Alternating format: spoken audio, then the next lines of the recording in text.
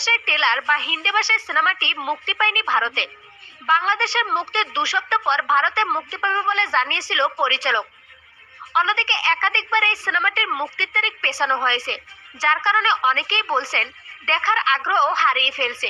যদিও বা মুক্তির তারিখ পেছানোর বিষয়ে শাকিব খান নিজেই কথা বলছেন। কিছুটা আমরা একটু পিছিয়ে গেছিলাম, পলিটিক্যাল সিচুয়েশন একটু খারাপ ছিল। অন্যদিকে ভক্তদের নিয়ে বড় বড় আয়োজনের কথা বলেও দিন শেষে কিন্তু সেই আয়োজন বা প্রমোশন করতে দেখা যায়নি তাকে।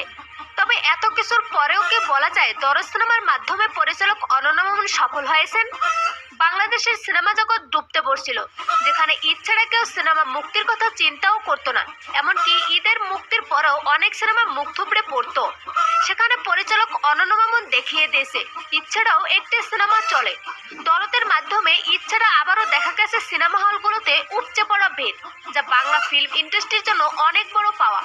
অন্যদিকে ভারতের টি সিরিজে দরদের গান মুক্তি, যা এর আগে কেউ কখনো কল্পনাও করতে পারেনি।